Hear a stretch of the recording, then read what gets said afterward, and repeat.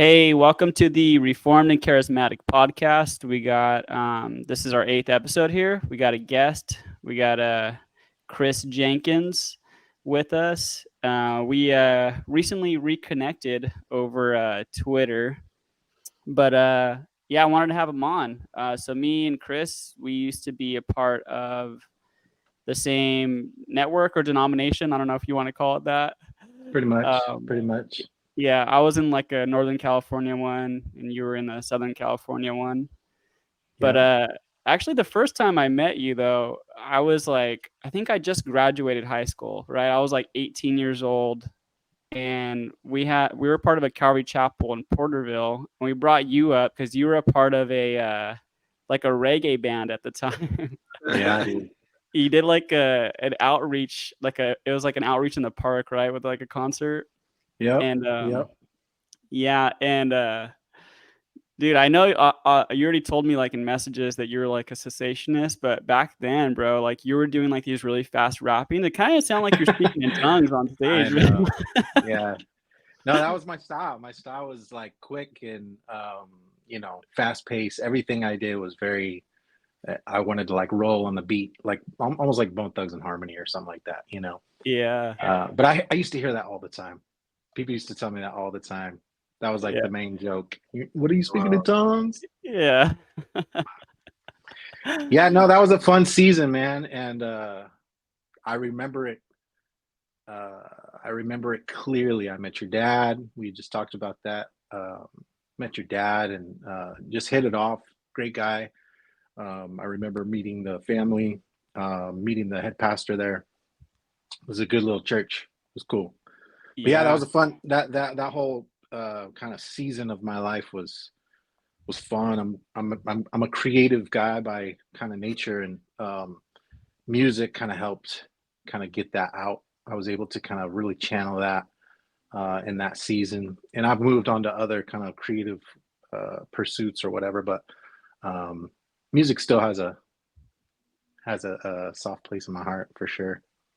for Mhm. sure. And so, like, tell us about yourself now, man. Like, maybe just do kind of like a self introduction. Like, what are you doing these days? Yeah, so I I've been a Christian since I was 17, and I have been kind of the Lord has been kind of sanctifying me like He does all of us for different stages along the way, and I've come a long way in various different ways. I was a little boy when I was 17, and I was probably a little boy up until about age 28, honestly. Um, and then had like a spiritual crisis when I was 28, where I kind of was reaching for answers on how to deal with um, sin and stuff that was really. I just felt like I was coming up against real stuff for the first time in my life, spiritual stuff in my life, and I was trying to draw from something, and I didn't have anything to draw from. And I Mm. remember having kind of a spiritual crisis and digging back into old authors and started reading old books and really just began kind of my spiritual formation at that point. I had gone to Bible college when I was younger, from 17 to about 19. I was in Bible college, and I learned a few good things. But I would say when I was age 28, and I really like where the rubber met the road, and I needed to figure out what was going on, not just for like, you know, theology and messing around with conversations, but like I needed to figure out how to apply this stuff to my Yeah. broken life. That's where I really kind of began to spiritually form and reform because where I landed, the Lord kind of like brought me through all the stuff.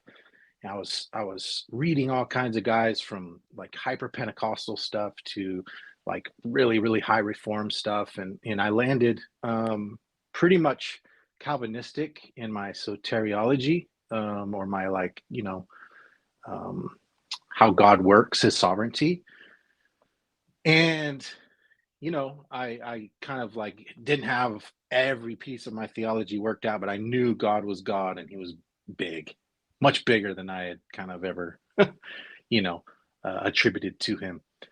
And I would say from about age 28 till now, it's been like a really upward trajectory. The Lord has done a lot of stuff in my life. He's blessed me with two kids. I've got an amazing wife. Um, we're living in Camarillo. I am a deacon at my church, which I love dearly. I love serving the body. I get to teach sometimes when they let me, and I'm on the board for our classical Christian school here in Camarillo, and we serve the this region and provide an alternative to what's going on in the public schools and unfortunately in some of the Christian schools too. We kind of toe a more, I would say, biblical line as much as we can, and we focus on the classical method of schooling education.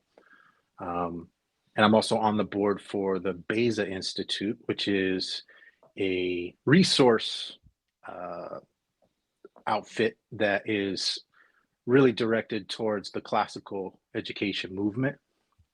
And we provide resources for um, parents, faculty, administrators, you name it, students.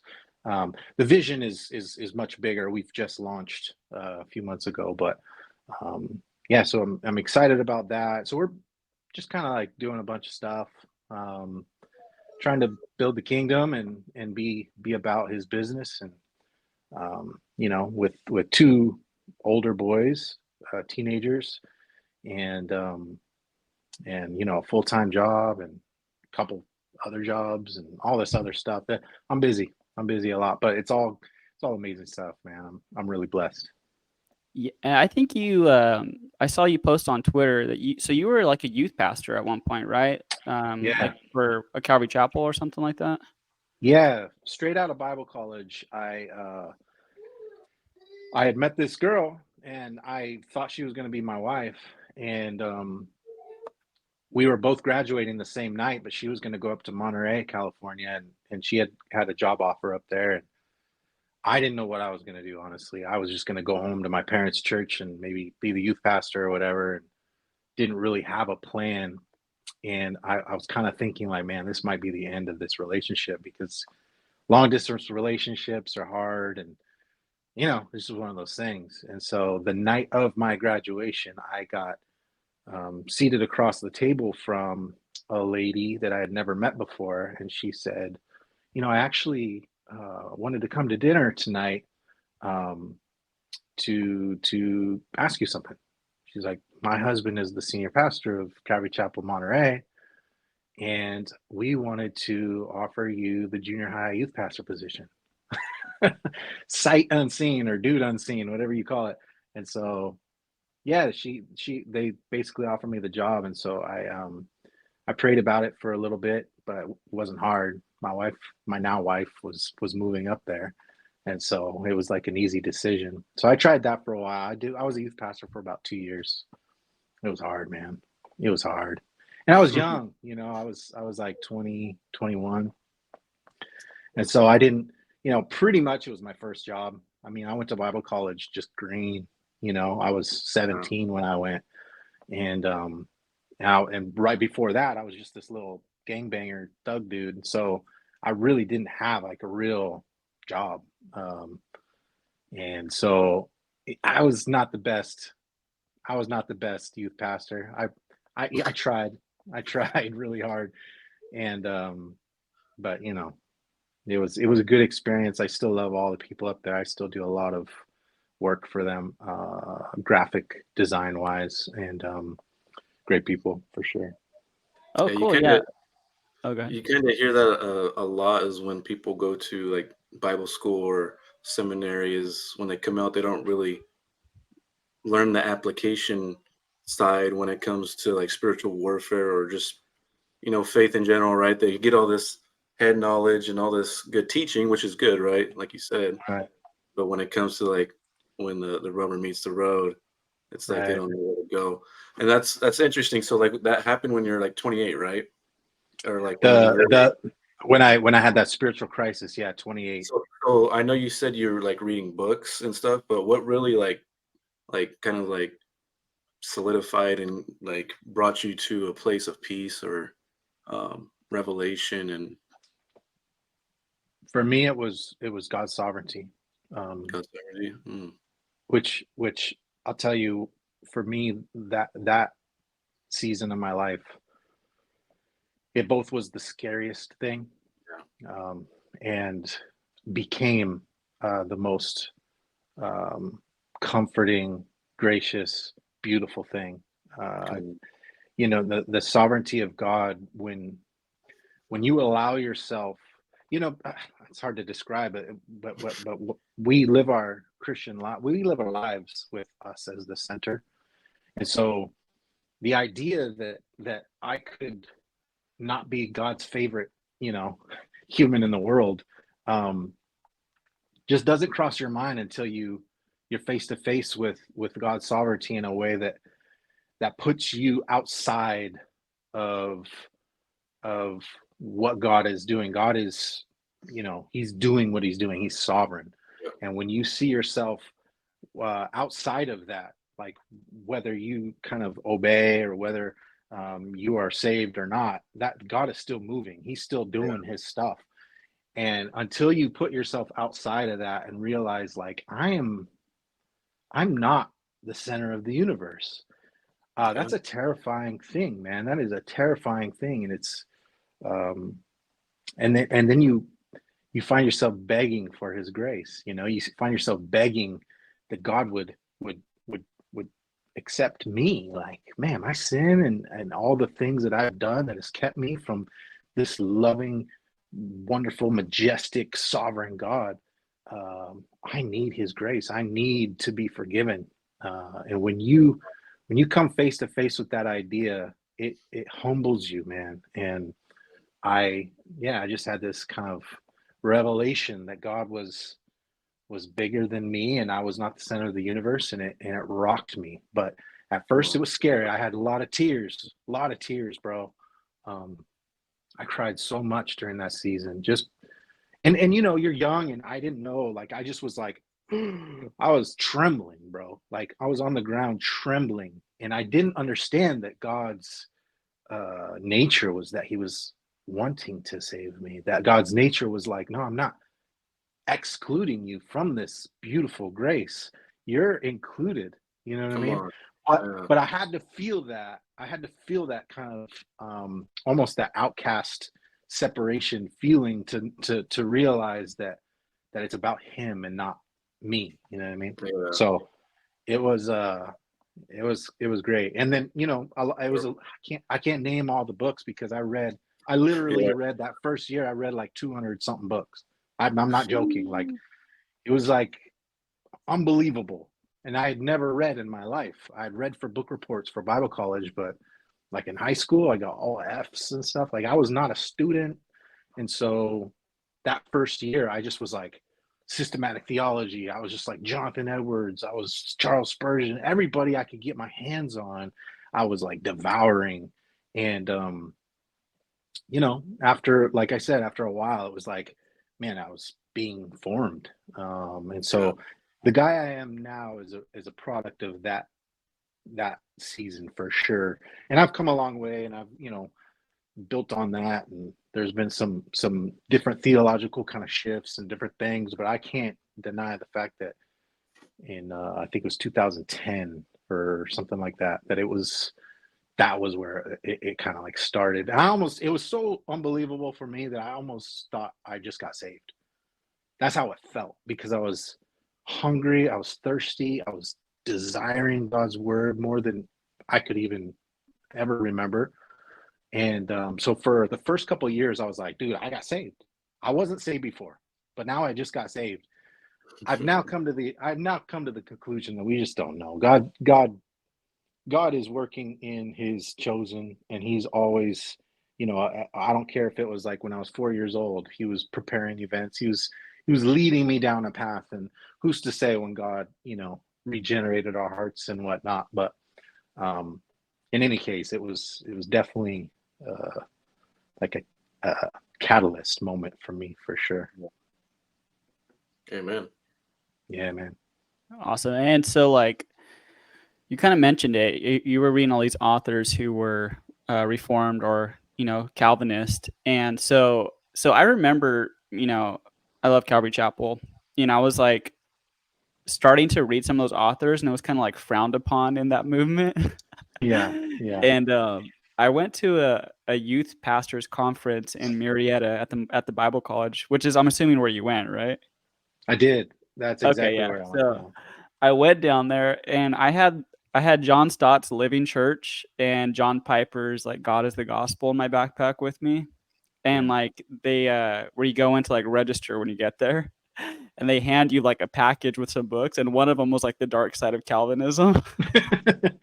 Yeah. And I was like, oh, all right, like Yeah. It that Calvary Chapel, I think they've come a long way. My dad was a Calvary Chapel pastor. okay. And so it's easy for us as we kind of like become reformed or whatever the new thing is, like if you switch your eschatology or your like idea of baptism or whatever it is, it's easy to kind of get in this like click mindset where you're like, dude, this is the way, this is it. It's almost like Yeah. cage stage Yeah. Calvinism, where you're just like, dude, everybody else is wrong, this is right, and they can't see it, and I gotta like hammer them until they see it. And I think it was a grace for me having Calvary Chapel parents, because it forced me to not go that route. I mean, I definitely had some cage stage kind of like stuff happening where I was just like, my mind was being blown, and I was just like, dude, no, you gotta see this. Like, you can't see it, but you gotta see it. And if you're an idiot if you can't see it, that kind of stuff. But like, having my parents be Calvary Chapel, my dad was a Calvary Chapel pastor, and they were deep in that movement. It forced me to kind of think about it in almost like a apologetic way, where you're thinking more about how to communicate these truths to people that don't believe it. And it's not like the unbelieving, that's stupid, but for people that I truly believe it. I truly believe in at least the doctrines of grace. And so understanding how to communicate that with people that you absolutely love and that are in heaven, that are totally Christian 100%, like, but just think differently, and because I believe it wholeheartedly, why else wouldn't I try to explain it to them in a better way? And so they went through a season with George Bryson. I think the was the author of, I don't know if he's the author of that book. He wrote one called the Calvinism Weighed in the Balance and Found Wanting, or something like that.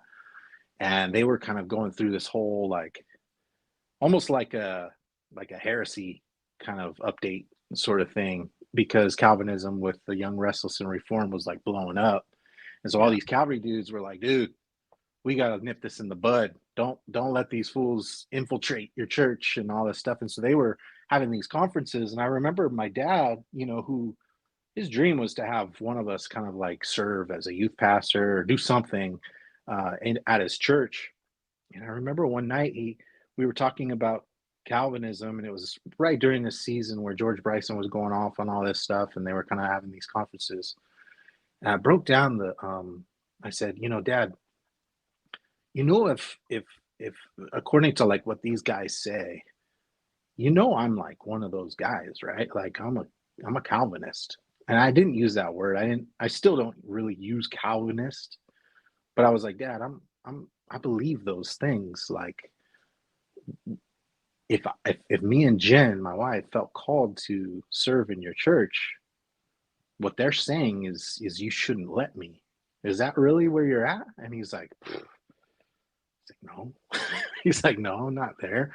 He's like, well, what is it? What is what is the 5 points of Calvinism? And like, how would you describe them? And so I got to break down like each point, but like in a way that was loving. And you can read these guys that are hyper Calvinists that just are gnarly, dude. But, I broke it down the way I knew it. And my dad afterwards, a Calvary pastor, was like, I think I'm a Calvinist. I was like, that's what I'm saying, dude. Like, it's just gospel. Like Spurgeon said, the 5 points of Calvinism are just the gospel, dude. Like, I don't know. It's just, it is what it is until people understand that it's not this like heretical thing. Yeah. So anyway. Yeah. So, okay. So part of your story then. So, the churches that we were a part of, at some point you had left and you are now part of like a reformed church, like a confessionally reformed church. Yeah. So, do you want to just tell us about that maybe, and like what led you guys to that decision? Or, I mean, you said you were already like Calvinistic in your theology, but what made you want to be part of a reformed church? Yeah. So, the church that we were a part of was a non-denominational Baptist style church where it was very much kind of like Calvary Chapel,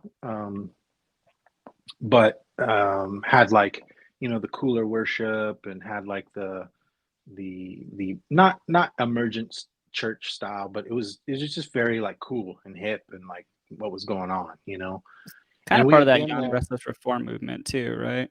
Yeah, a A little little bit. bit. I mean, it was not as categorically reformed. It was just hype. It was about what was going on, like the trends, what was happening, and at that time, it was the young, restless, and reform stuff. And so we weren't like a part of that whole kind of movement, but we definitely were just this like cool, fresh, growing church.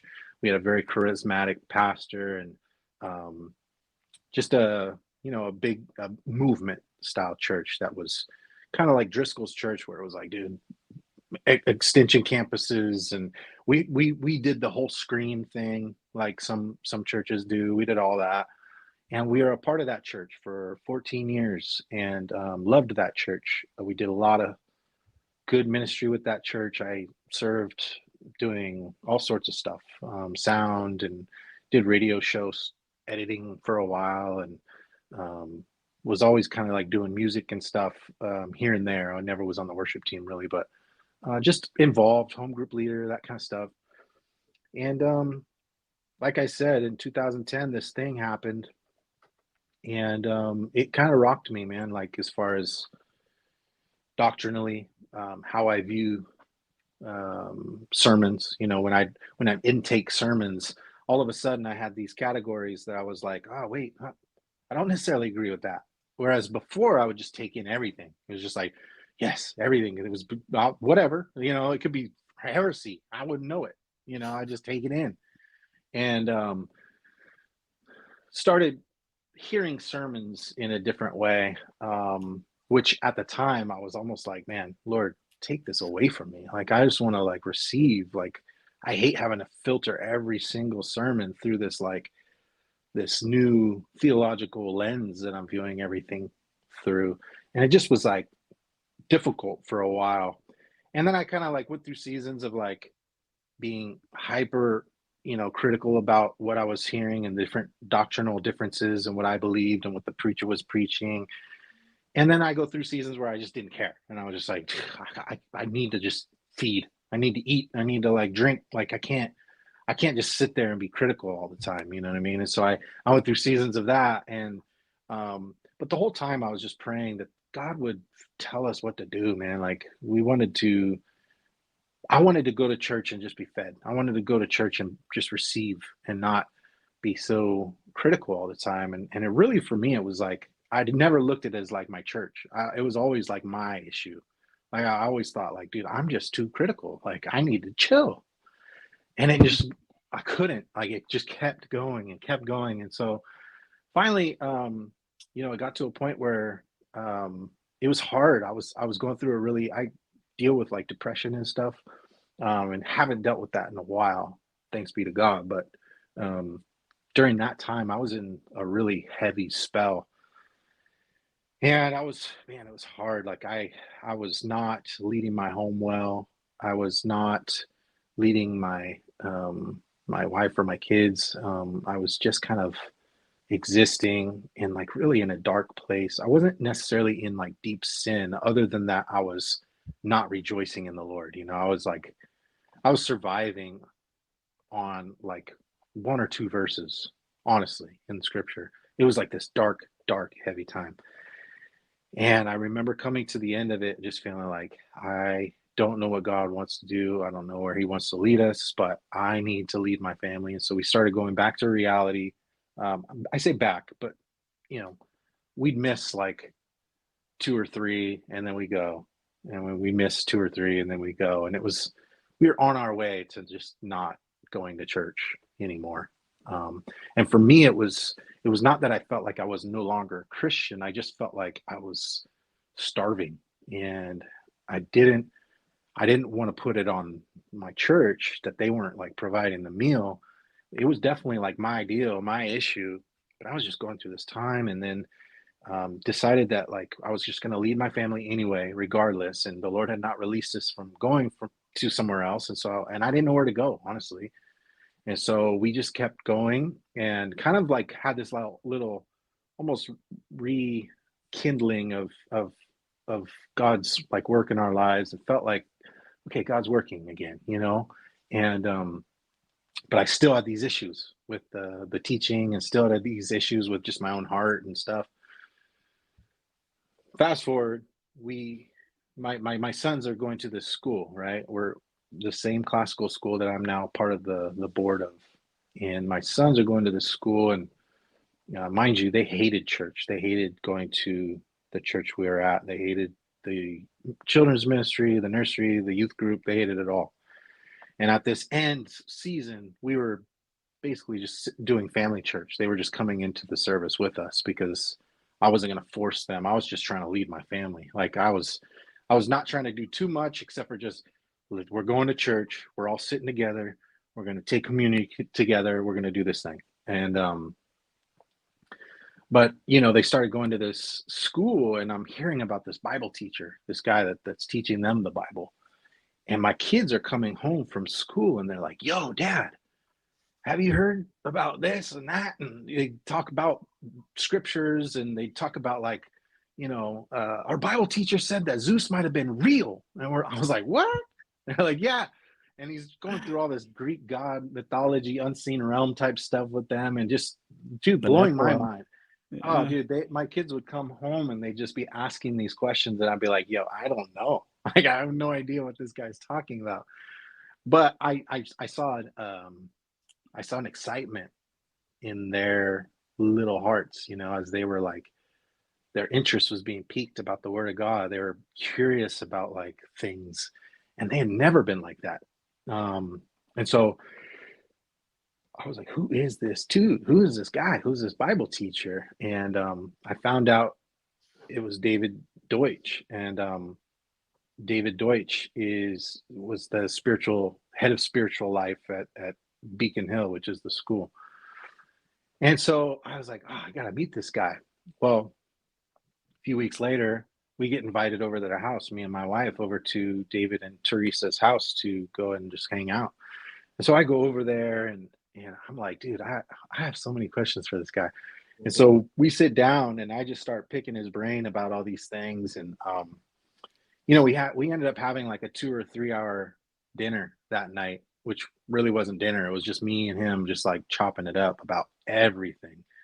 And I was just like, dude, what? I'm hearing about this, I'm hearing about that. And he's just like, yeah. And he's just opening the word to me and just blowing my mind. And you know, he is a cessationist. And so that was the first time I ever came face to face with like a real cessationist, and was like, yo, the Lord has done too many things in my life to like say that God isn't working in people now. He's like, yeah, I wouldn't say God isn't working right now. I was like, oh, okay.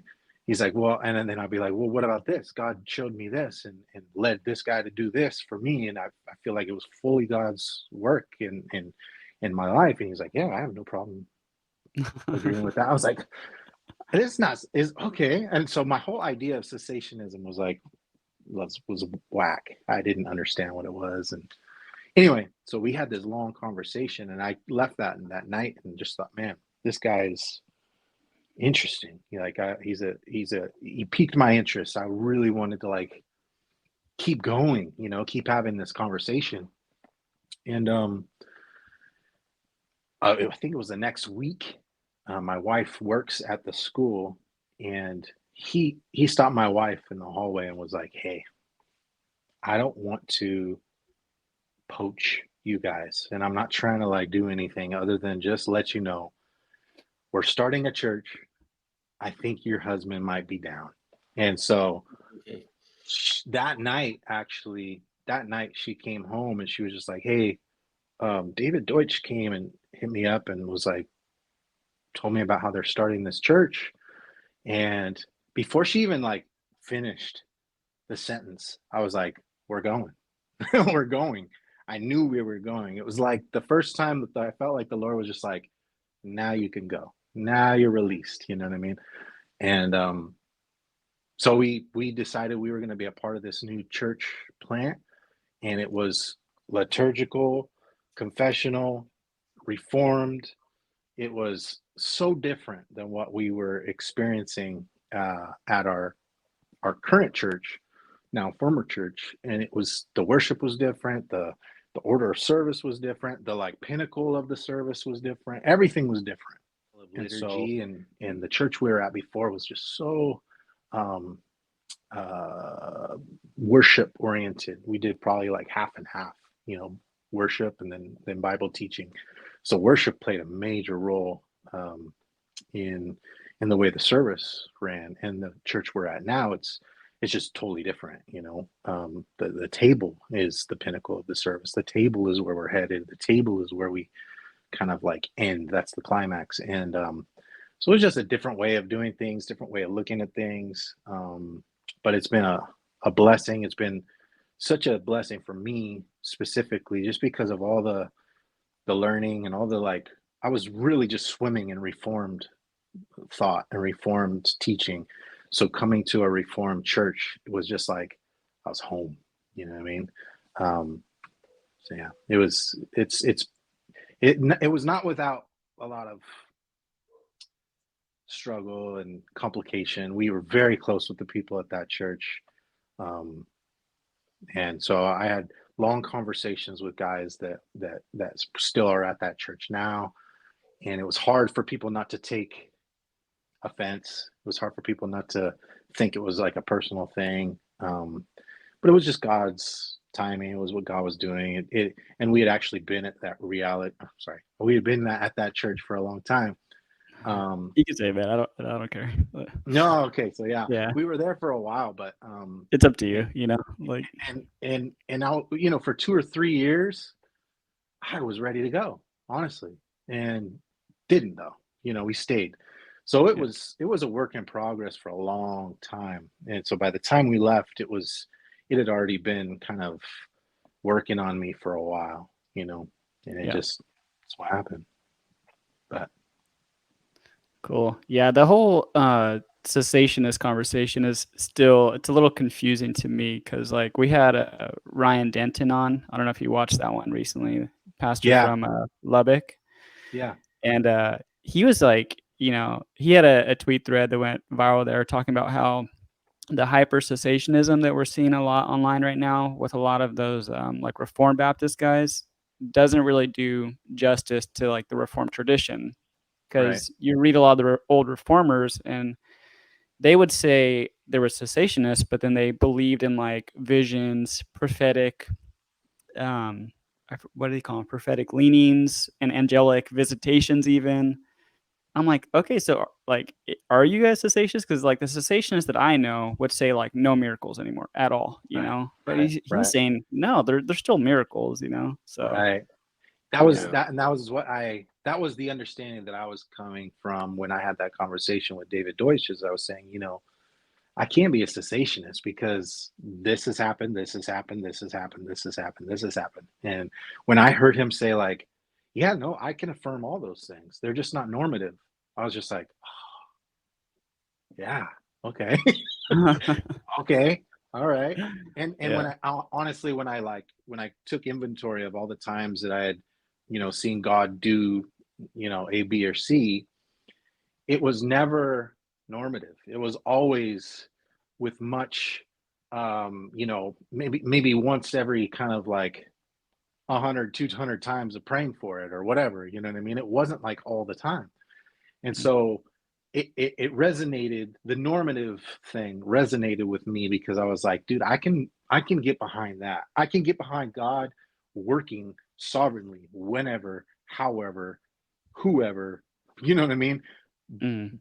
But the normative thing is what really kind of like, okay, I can accept that. If we're not putting God in this like tiny little box that he just does not do anything along that, along those lines anymore, since we're not in that period anymore, then I've got issues with it. But if we allow God to be God, and but also at the same time, like the reformers believe that God can do everything and still do whatever he wants and make room for that, then that's me, man, for sure. So I actually, yeah, with I forget his name already, Denton. I Ryan resonate. Denton.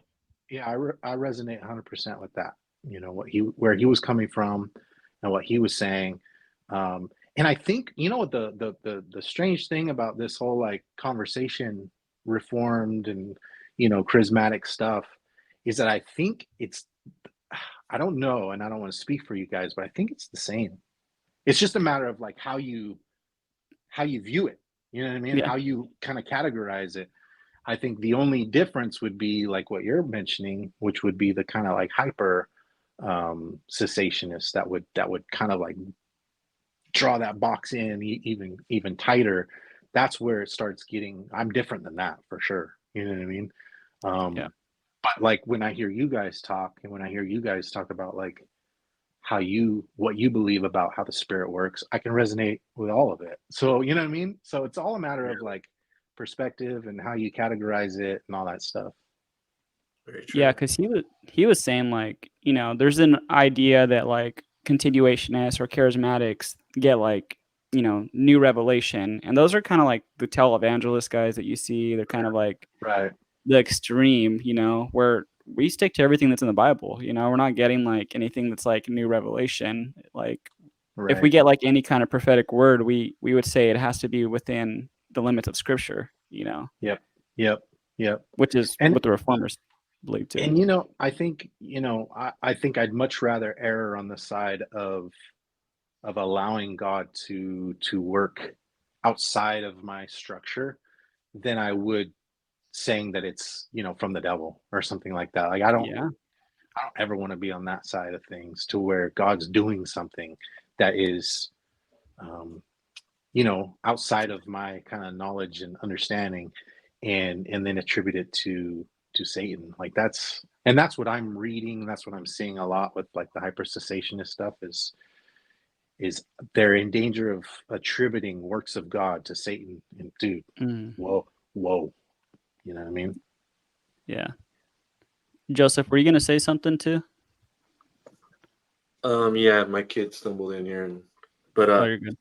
um, yeah, I was gonna bring up a point. I think there's from both sides of the hyper charismatic and hyper sensationist. I think there's abuse on both sides.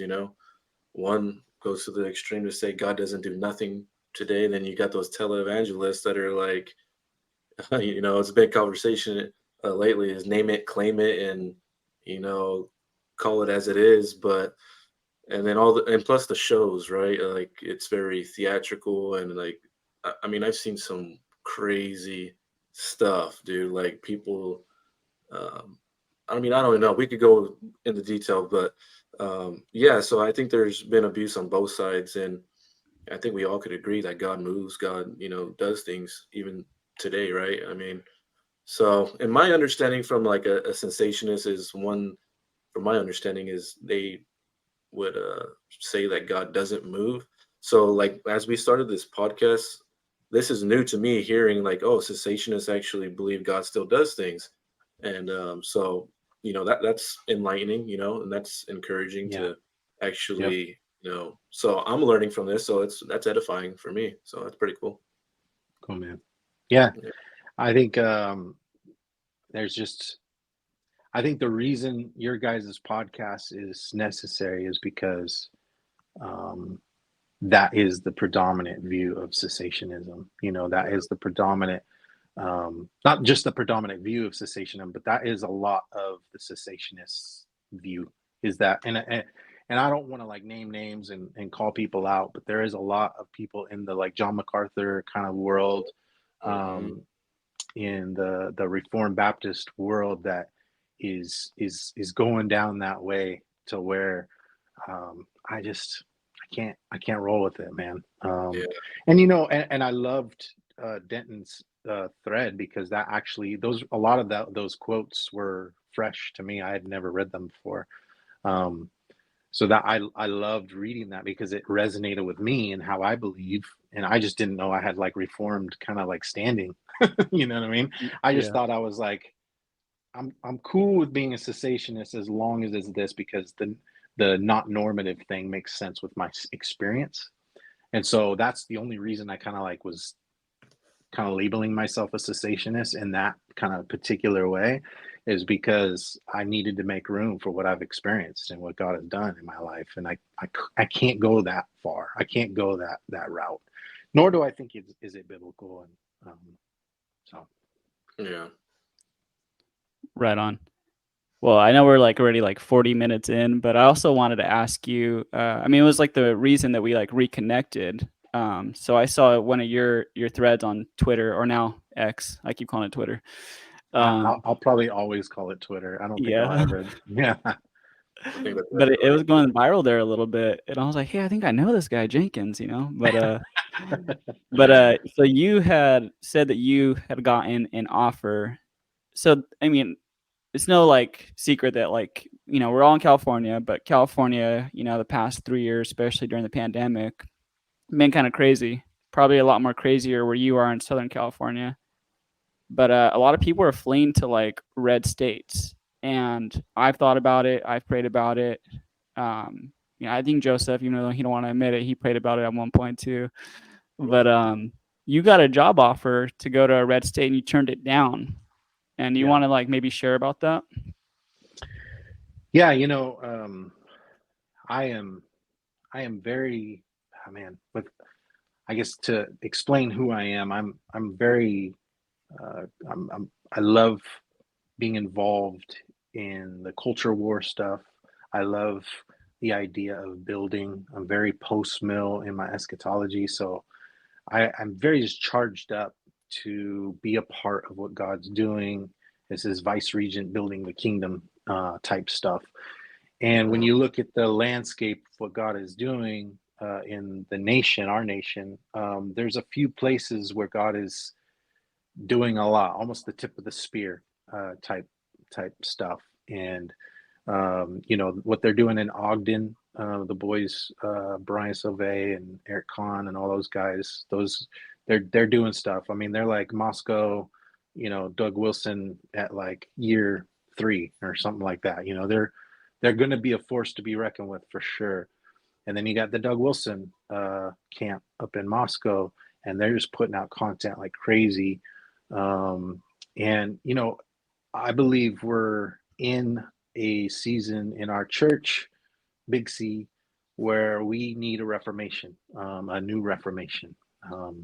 And I think that with that is a need for content, a need for books, for podcasts like yourselves and others, and a need for all kinds of different print content and all these different things. And so I believe all that, and I want to be a part of all of that. And education is something that is part of that as well.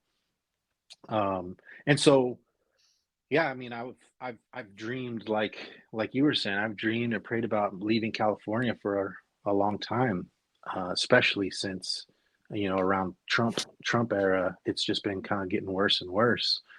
And so, I have been putting out resumes and applying different places, and I am a graphic designer and creative director now at the job that I'm at now. And so that's my world. And so the idea of joining up with somebody that was doing stuff was very appealing to me, especially out of state. And so, yeah, I put out resumes and started emailing a few people. I applied at Canon Press up in Idaho. I applied at Christ Church. They wanted a media director. I've also applied at different other places that were doing stuff too. And, I just kind of like, I don't know if you're like this, but I love my job. I'm doing what I'm doing, but I'm always keeping the options open, kind of a thing. And so I put this application in and kind of reached out and got a call back, got another call back from the guys in Moscow for Christ Church, and started talking with one of the executive guys there, Carson, and also Ben Zorns, who's one of the associate pastors up there, and was talking with these guys about possibly going up there, and it started as like a conversation just to feel me out, for me to feel them out and see where we're going with it. And then it came down to it and it was like an offer. And I was kind of face to face with this idea that like, oh crap, like this is for real. Like and so I wanted to make sure I wasn't wasting their time. So I definitely was like working through it that whole time and trying to think, if this goes, if they really give me an offer, what am I going to do? And so I was pretty much in this decision-making zone where I was kind of like on the fence. But then I got the offer and it was just like, dude, it was go time. I needed to really make a decision. And so, yeah, they gave me this offer and I spent that weekend because they gave me an offer, I think on Friday. And I told them I'd let them know what I was thinking by Monday. And I took that weekend and just was thinking and praying and seeking counsel and just kind of, it was a good mental exercise for me to take inventory of what I'm involved in here, how effective I am here, whether I could stay here realistically with the health of my family, the health of my church, the long term. Do I want my sons to choose wives from California, or do I want them to choose wives from somewhere else that's much more Christian friendly and there's a lot more options, as far as Christian girls and all of these things. I was thinking through and really came down to I had some really good counsel. I had some really good times with the Lord. I felt where God would just kind of like help me order, my life and help me take inventory of things. And I really just came to the conclusion that I was doing what I was doing, where I was doing it, and I was equipped to do it, and felt strongly that I needed to stay, and it was helpful, and it was actually a grace to kind of go through that process because, like I said, everybody dreams about it, but then when you're given the option, and here I was rejecting this option of something I've been dreaming about, I better have had a good reason, you know what I mean? And I felt like God gave me good reasons. And, some of the stuff that I had mentioned before was, I'm involved in so many different things and God is using me and my family in so many different ways here. And, I didn't want to just leave that for joining what God was doing somewhere else. I felt like I'm needed here. And that was a grace. That was a good thing to kind of like come to the conclusion of too, that like God was using me and he's equipped me. I'm not like in the lion's den where I'm just going to like get devoured. And I don't think everybody's suited for this. I think that everybody should take inventory and really come to that conclusion because I do think blue states are dangerous places, especially if you're an immature believer or you have family problems, role issues in your family, your kids are, off the deep end, all those things, all of that stuff matters when you're making that decision. And so I definitely factored all of that in. I think in that thread, I came up with 4 different kind of like, I had this whole, illustration of forward operating bases and how they have to have 4 walls and all this stuff. But really what it came down to is my family needed to be good.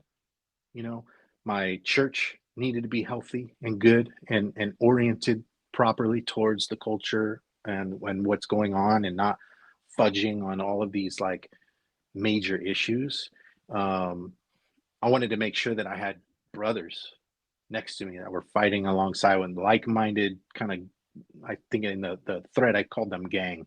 I needed my gang. I needed my guys that were, dude, part of this whole thing with me, that had my back. I have their back, and we're all headed in the same direction. We know what we're doing. We know who the target is, and we're advancing. You know what I mean? And that was important to have. And I think it's important for everybody who's making that decision, whether they should leave a blue state or not. They need to make sure that they have a gang.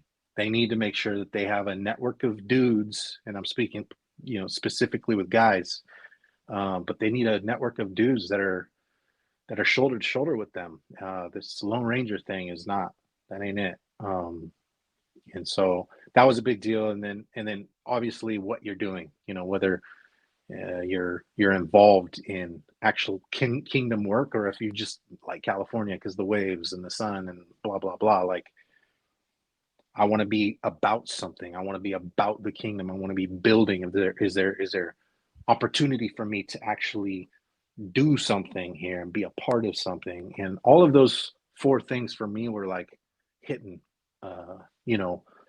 full throttle. And so, and with my family and in my church too, you're always going to be taking inventory and making sure that the health is good.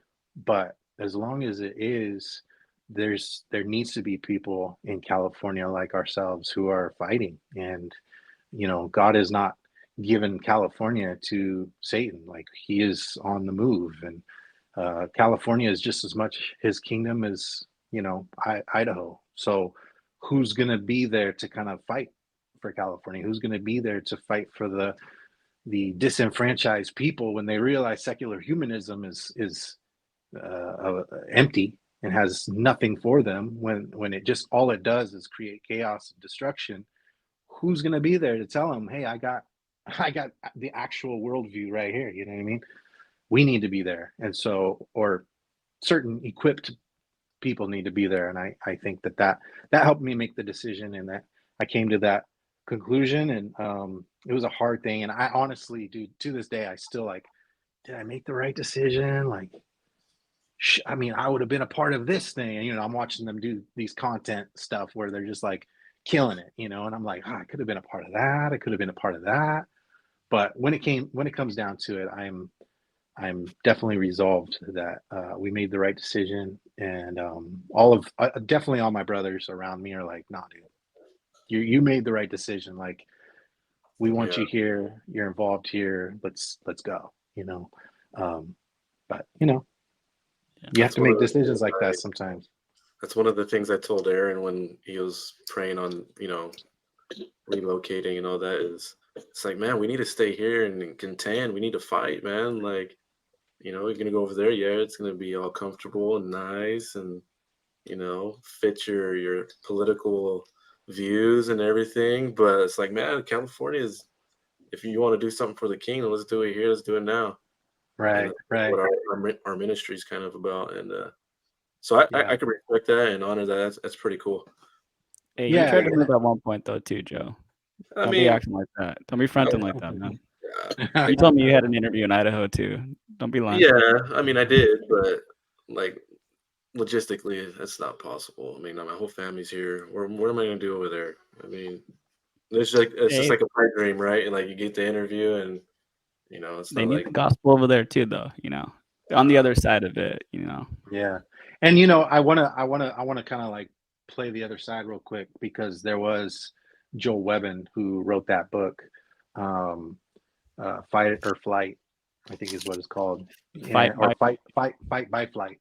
And his whole thesis was that it was better to move away from red states blue states, and move into stronghold states that you could actually kind of form, almost like form a spiritual militia, and you have you attack from a place of strength rather than a place of weakness. And I think that there's points to all of that. And I would say that, I could agree with Joel on so many things about what he said, but my one caveat is that the people though that are equipped to be there need to be there. And so I don't think that's what Joel was saying. I still haven't read his book. But I don't think that's what he was saying. He wasn't saying like everybody needs to leave blue states for red states.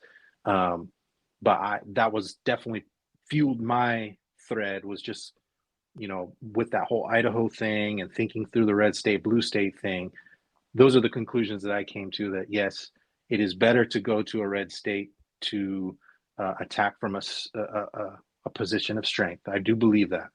But I also believe that there are remnants of people that are called to stay in these areas and fight. And I don't think it's to be taken lightly. I think there needs to be an inventory of who you are and if you can fight, or if you're gonna, get pummeled.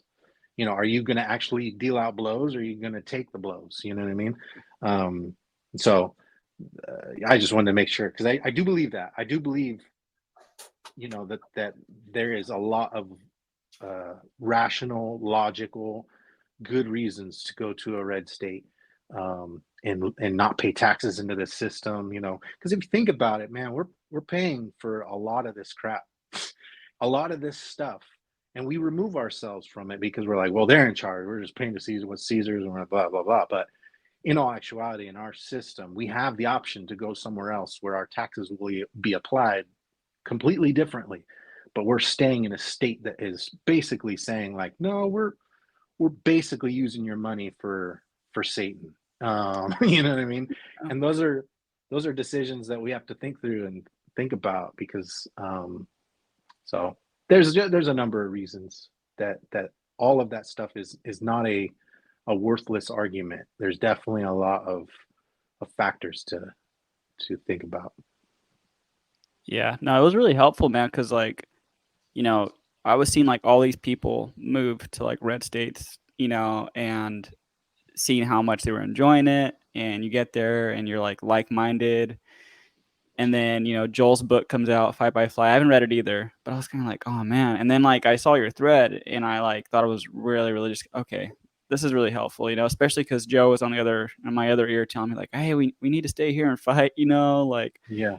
And it's easier for us, I think, up here too, to be honest, like in the Central Valley, because like we're pretty like in a pretty conservative area, a lot of farmers, a lot of ag kind of stuff, Mm-hmm. But I mean, California as a whole, man, I'm originally from the LA area, have family down there, and I would love to live down there, man. It's just too expensive and too crazy too, though, like that stuff. But yeah, we need to build, the kingdom here. We need to fight for this area too. Right. And so I'm not saying that God would never move me, but I'm here to fight too, while I'm here. Yeah. Yeah. And I think it's important to kind of know where you're planted, and yeah, the Lord could transplant us somewhere else, and that's fine. But I was living in a zone where I was kind of just always looking for like, oh, but it would be better if I was over here. It'd be better if I was over there, and constantly thinking about, when we leave California, this, when we leave California, that. And it does hinder. And it's hard to quantify, and it's hard to say like, I didn't make this decision because I was thinking about leaving or whatever. But in the grand scheme of things, you're not working from a place of like, I'm here, I'm building here generationally. I'm planning to stay here for a long time. And so whether we like it or not, that fuels some of our decision making, that fuels our investments, that fuels like what we're actually planning and doing. You know what I mean? And so to know, okay, I'm here. I don't know if God will take me somewhere else, but right now I'm here. And then you put all your resources into that. I think that that's when we start actually doing big things. And I'm talking about everything, all of Christ for all of life. So whether that's vocation, whether that's ministry, whether that's your art, whether it's whatever, when you're just sure about where God has you, and you're just like, yeah, I'm here. You start investing all that stuff in. I mean, that's when you start actually, I think, working for the kingdom. With that kind of 1 foot out, 1 foot in kind of mentality, it's hard to be for real and actually build stuff. You know what I mean? Yeah. And I think it helps too with like you were saying, those like 4 things that you mentioned, like for us, man, we had to just like evaluate, like we got a good church that we love, got friends, here. Our kids are in a Christian school that is like not like, hey, we're a Reformed Christian school, but everyone there is like Reformed. It belongs to Reformed churches. And in their like actual belief statements, it's like we have connections with the Dutch Reformed Church, And so like very heavily Reformed. And yeah, man. So like, and I got a good job, like I got a job here that pays well, and so it helps me provide for my family, And I know like Joe, like, you know, you got, the church, you got you're homeschooling your kids, which I think are things that are all kind of necessary now, especially in like a California. Yeah, for sure. Yeah. But yeah, man, I don't know. Yeah, I really appreciate you coming on and just talking about it some more. Yeah, I don't know if Joe, did you have any other like questions or anything, or? No, I'm just glad to be back. I was a little upset I missed that other one, but I had to work. Was I at work? I was Yeah. at work. Yeah, I had to work because I work swing shifts, so it's a little tricky. But yeah, it was a pleasure to hearing your story, and um, I'm glad to hear we got a man of God that's ready to advance and build the kingdom here in California. So Yeah, man. that's There's a exciting. crew of us. There's a crew Yeah, of us down here for it was sure. cool. Yep. Yep. Amen. We'll have to Amen, do brother. some kind of like connections, because you got like, you got some soldiers up here, man, in the Central Valley. So like we gotta I'm all connect. about it. I'm all about it. And Yeah.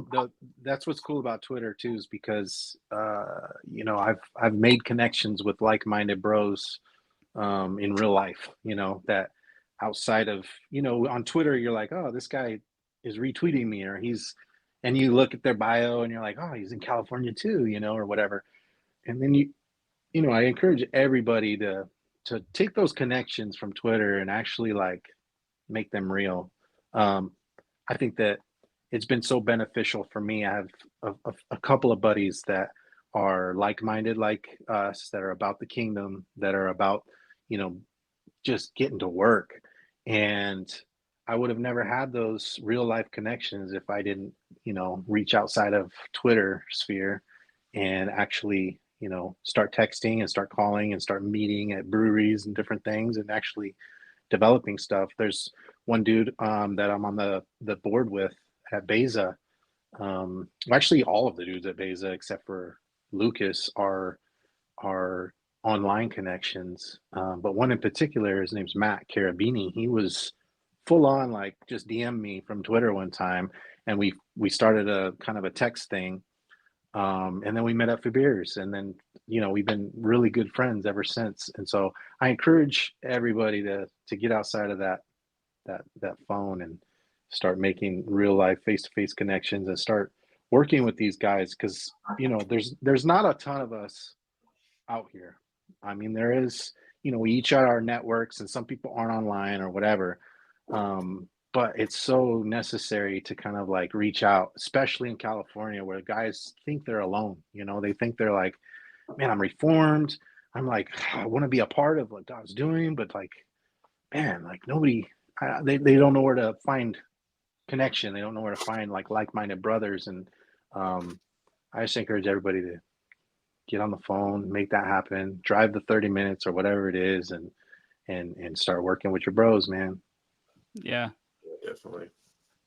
Yeah. Well, when we go, our family, when we go to the beach in the summers, we actually go to Ventura, because it's only like Oh, two really? 2.5 hour drive for us, dude. So I know that's kind of closer to you too. So Ventura is literally 15 minutes away. So if you don't call me, I will take offense. we'll exchange numbers after this, man. Okay. All right. Yeah, And seriously. your dad has texted me before. I think he was in Ventura, and I was like, hit him up. And it was the same thing where he was like, but we're leaving in just a few minutes. I was like, sucker, Yeah. dude. So I definitely want to hook up, man. If you come down my way, for sure. Cool. Will do. All right, man. Well, thanks for coming on. And yeah, just God bless you as you continue the fight here, man. And it's really good to just connect on here too. So Likewise. Thanks, brothers. Yes, all right. sir. Good to meet